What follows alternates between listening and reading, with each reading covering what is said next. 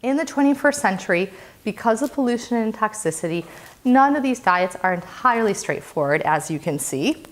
As important is simply to eat organic as much of the time as you possibly can to reduce, but there is no way to entirely get rid of pesticides and other toxins.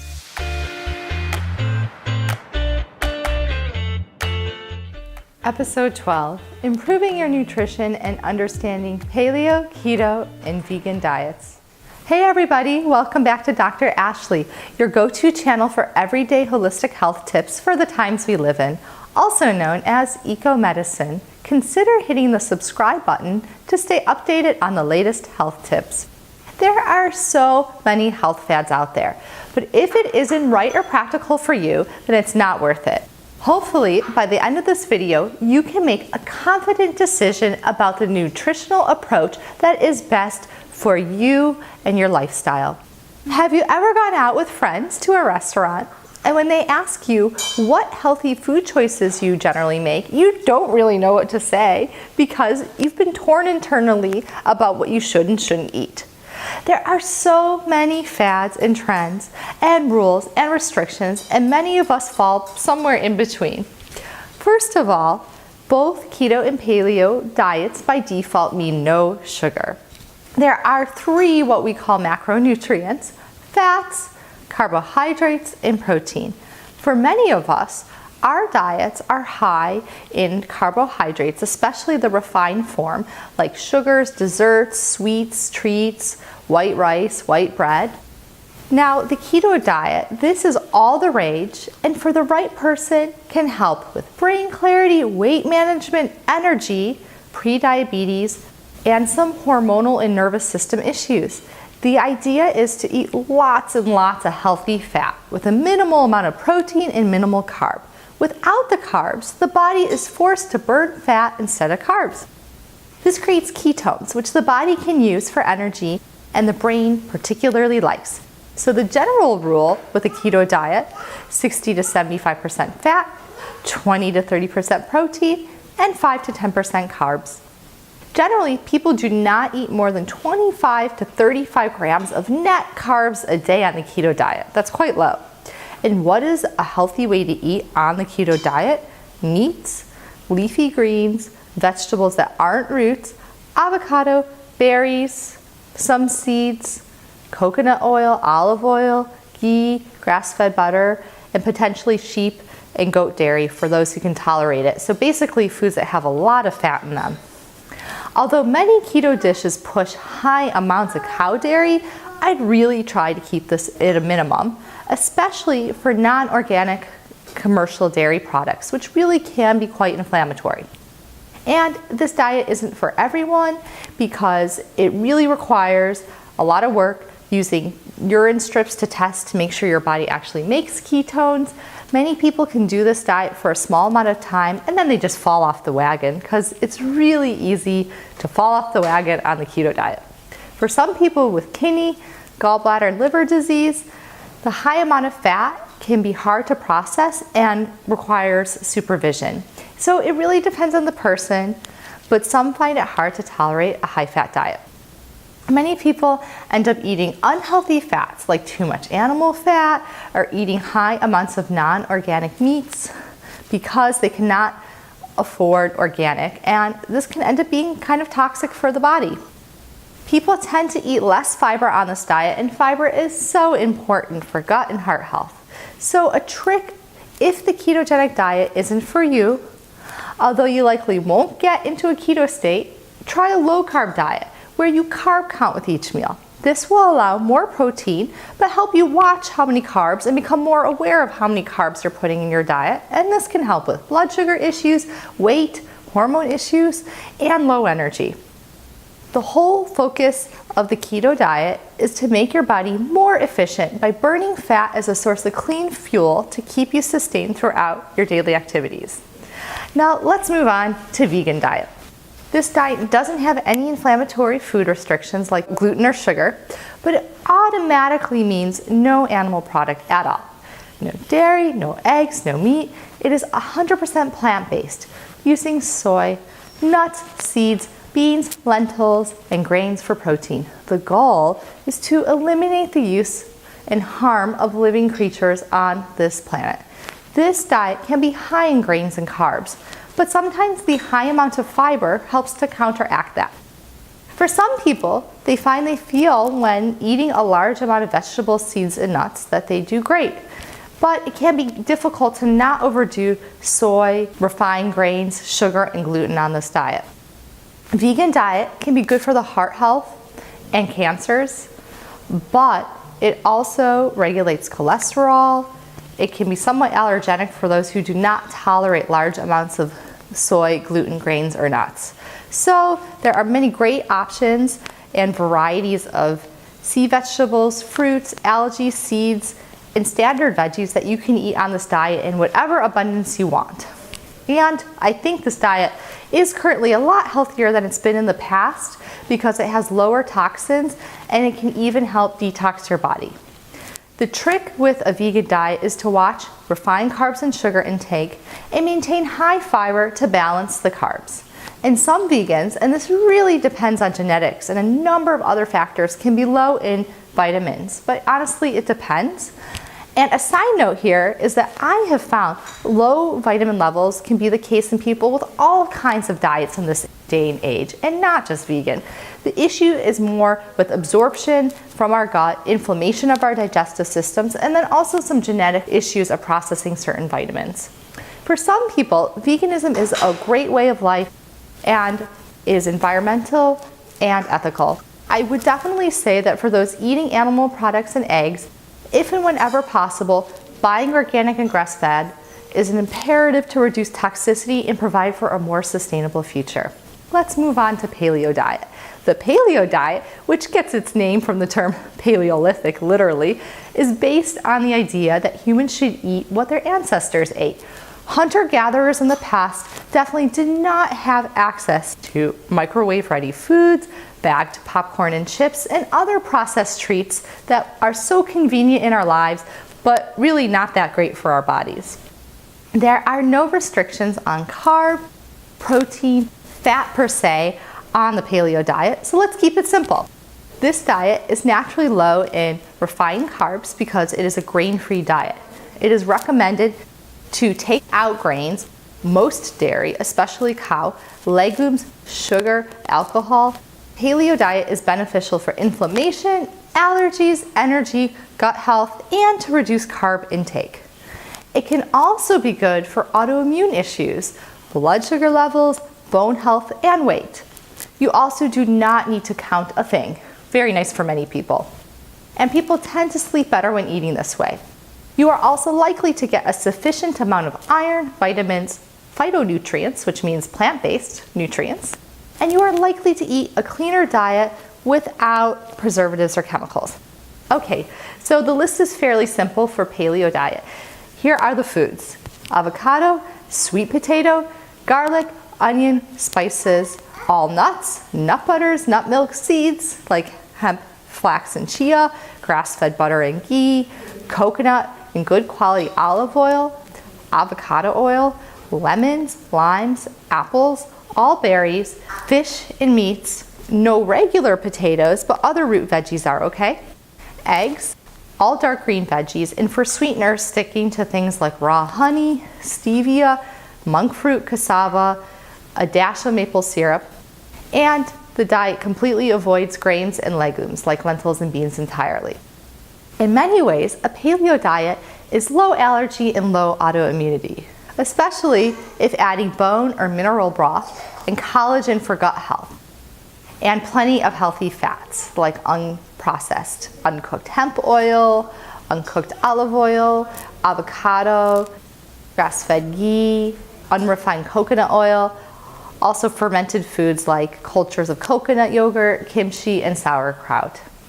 Now, issues on the paleo diet are that it is entirely grainless and also excludes lentils and beans, which for some people can be really quite limiting. And some gluten-free grains like buckwheat, gluten-free oats, quinoa can be very nicely alkalinizing and be good for inflammation when not eaten in large quantities. Some people do a modified paleo diet where they still consume a touch of goat and sheep dairy in kefir, yogurt, and raw cheese forms, as this can support the gut. Some add a tiny amount of legumes like chickpeas or lentils and a touch of gluten-free grains. Now this makes it not quite paleo, but it's a little more varied and still low on the allergy side for a number of people. Pure paleo really pushes no grains, but definitely supports high amounts of vegetables and berries in the diet to reduce the amount of animal product. For some, it is just too easy to get really high in animal product when you go grainless. If this is your issue, but you feel paleo is a good diet for you, do not forget to add healthy oils and plant-based fats as much as possible. And another trick is pea protein is full of amino acids and can help reduce the amount of animal protein you eat a touch. And some people run into the issue of eating eggs for almost every breakfast. Now, unfortunately, daily eggs seem to start kicking in allergies for some people. So finding other breakfasts too, so you don't eat eggs every single morning, is a great idea. An example is cashew yogurt with paleo granola and superfoods like chia, flax, hemp, and goji berries.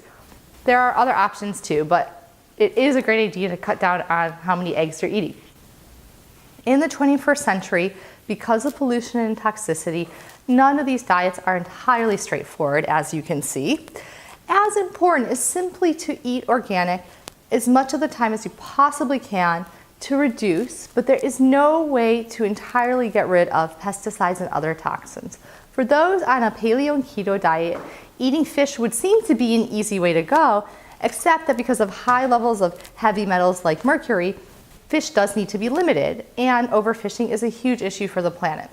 For those not pushing the ketone levels for a true keto diet, and for those not entirely grainless on a pure paleo diet, here are my main recommendations for something I like to call a modified Mediterranean diet. It also happens to be low allergy, low toxicity, and alkaline. Remember, one of the most studied diets for health and longevity is the Mediterranean diet because of its emphasis on a plant-based diet with nothing processed, along with a moderate amount of quality meat, egg, legumes, and dairy from goat and sheep. Now, a small amount of grain is allowed in a number of forms of the Mediterranean diet, and I will discuss my modifications to that. I have basically combined my knowledge of what is often inflammatory and not nutritious with my knowledge of nutritional studies based on population. An example are the blue zones that are communities of people who live very long, many live to close to 100, and then also my knowledge of more specific diets like paleo, alkaline, and low carb. To be clear, this is for people who cannot tolerate and cannot manage the nutritional approaches we already discussed. Now this version is more moderate and well tolerated, and it can be great for people who don't have major digestive illness, autoimmune conditions, or prediabetes. So let's get started. Number 1, eat organic and non-processed whenever possible to reduce exposure to pesticides. If on a budget, look at the Dirty Dozen. These are the 12 fruits and veggies that must be bought organically because of how many toxins are in them. Number 2, avoid gluten and sugar. If you avoid gluten, be careful not to substitute it with too many white rice-based gluten-free treats because these are usually high in sugary carbs and arsenic. Have some gluten-free grades, but in moderation. And if you have a more serious condition, consider keeping them out of your diet 80% of the time. Otherwise, you can have them more regularly. My favorite gluten-free grains are quinoa, which is actually really a seed, but treated like a grain, sprouted buckwheat, and gluten-free oats. These are great substitutes. There are other great replacements for flours, and they're grainless, like cauliflower mashed up, cassava flour, almond flour, coconut flour, and chickpea flour. There are also so many crackers and breads out there that are actually grainless now as well. So the other thing when we're thinking of grains and carbs is sugar. For sugar replacements, look for raw honey, especially local, and stevia. Number 3, keep it on the alkaline side. What does this mean? Drinking clean, filtered water so you can get a great filtration system, as I discuss in my other video. Avoid processed sugar and processed food. Eating alkaline means eating foods like avocados, leafy greens, which do not have to be raw. They can be steamed or cooked. For some people, that's easier to digest. Eat plenty of garlic, ginger, onions, above ground veggies, celery, and parsley. Add sea veggies, algae, and chlorophyll to your diet if you tolerate them because they help so much with detox. Number 4, avoid preservatives. Dyes, additives, basically the things that you don't really understand to be food when you read the label. Number 5, eat lots of veggies with each meal, especially green veggies. And berries are super healthy and low in sugar. Apples are full of nutrients, but can be somewhat high in sugars for certain people, so it depends on quantity. Other fruits are also very nourishing and high in fiber. The amount just needs to be managed because of the sugars in them, but they can be very full of minerals and vitamins. A lot of fruits have just fallen out of popularity because of lower carb diets, but remember, some fruits can be very high in fiber and quite nutritious and a better option than a processed snack. Number 6, aim overall for a lower carb diet. This is a really good idea if you are starting to get into your 30s and possibly earlier, depending if you're having blood sugar issues. The majority of people I see are at least mildly pre-diabetic once they hit their 40s or 50s if they are not watching their carb intake at all. The good news, you subtract the fiber from the total grams of carbs, so it can be a little bit more than you might think. For those predisposed and having lots of trouble with pre-diabetic issues, 15 to 25 grams of carb a meal after subtracting the fiber is a great place to start. There is quite a range, but it depends on each person's needs. Number 7, more ethical and sustainable eating. Look for organic and fair trade labels when you can, because we do need to reduce fish and seafood. It's high in heavy metals, toxins, and the oceans are overfished. My personal belief is salmon or a fish low in mercury once in a while is nice, but frankly, we need to avoid fish on a great scale because of mercury, especially in fish like tuna and swordfish. At least until we find a truly sustainable way to farm fish healthfully, environmentally, and low in toxins, we just have to significantly reduce our eating from the oceans unless it's organically harvested sea vegetables free of toxins. So again, we're returning to plant-based. As for meat, grass-finished, organic, and pasture-raised is best, not only for our health, but that of the environment. And limiting the amount is important given that animals take so much energy and resources to raise and have as food. Now, that being said, if you do buy grass-fed organic meat, it's a lot more expensive, but then you're gonna eat less. 8, legumes like lentils, chickpeas, and beans reduce cancer risk significantly. They can be quite alkaline for the body when done in moderation. For much of the world who cannot eat meat regularly because of cost and availability, lentils and beans in moderation provide fiber, minerals, vitamins, and protein. They can raise blood sugar levels over time as they are quite carbohydrate filled, so moderation is really key. Number 9, mineral broth, which is a vegan-based broth, or bone broth, is so nourishing and healing for the digestive system and provides a number of minerals that are low in so many diets now. Added balanced amino acids, either pea protein or collagen, is a great way to create a product, so that is bone broth plus an amino acid based protein powder that is healing to the gut lining and good for digestion. Number 10, eat healthy seeds like hemp, chia, and flax, healthy uncooked oils like hemp oil and extra virgin olive oil, and also a little bit of unrefined coconut oil or coconut butter. Grass-fed ghee and grass-fed butter are fine. The goal is to just not overdo the processed cow dairy. Number 11, if you eat dairy, try goat and sheep like yogurt, kefir, and raw cheeses. Number 12, last but not least, allowance for a touch of flexibility on vacation or when visiting family. When you cannot keep your ideal diet for a few days, such as a special outing or your grandma puts your favorite childhood dish in front of you, it is what it is. The stress of feeling guilty and being hard on yourself can be unhealthy. If you are eating optimally 90% of the time, and then you have an off time because of travel, a special night out, or for whatever other reason, it doesn't mean you aren't eating overall unhealthy. And the next step is to at least be kind to yourself and not judge yourself for it. I would suggest one caveat to this, which is it's really best if you could avoid processed food, artificial foods like junky snacks and sugary treats. There are plenty of treats out there that can help your cravings and aren't artificial and do have nutrients. And if you reach the point where you are making just too many allowances, it might be best to look into healthy alternatives. For instance, paleo desserts.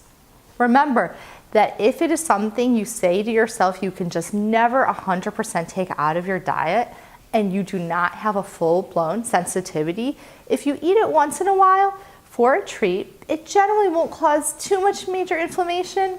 For people with certain autoimmune issues and major gluten, wheat allergies and sensitivities, or those with actual food allergies, those, however, you should probably just not eat. Feeling overwhelmed? Okay, of course. Nutrition is a complex, large topic. Well, here are my 3 general important health tips.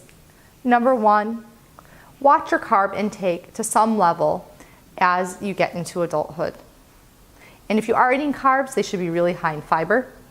Number 2, limit top inflammatory foods. These include processed foods with additives, gluten, sugar, commercial cow dairy, and generally these are inflammatory and not well tolerated in the system by most people. Products with gluten particularly have a large amount of pesticides. And number 3, go organic whenever possible to reduce pesticides and promote continued farming that is sustainable for the planet. This is Dr. Ashley. Thank you for joining me for another episode. I hope these tips have been informative and have you feeling more determined about making nutritional choices that are manageable and good for you.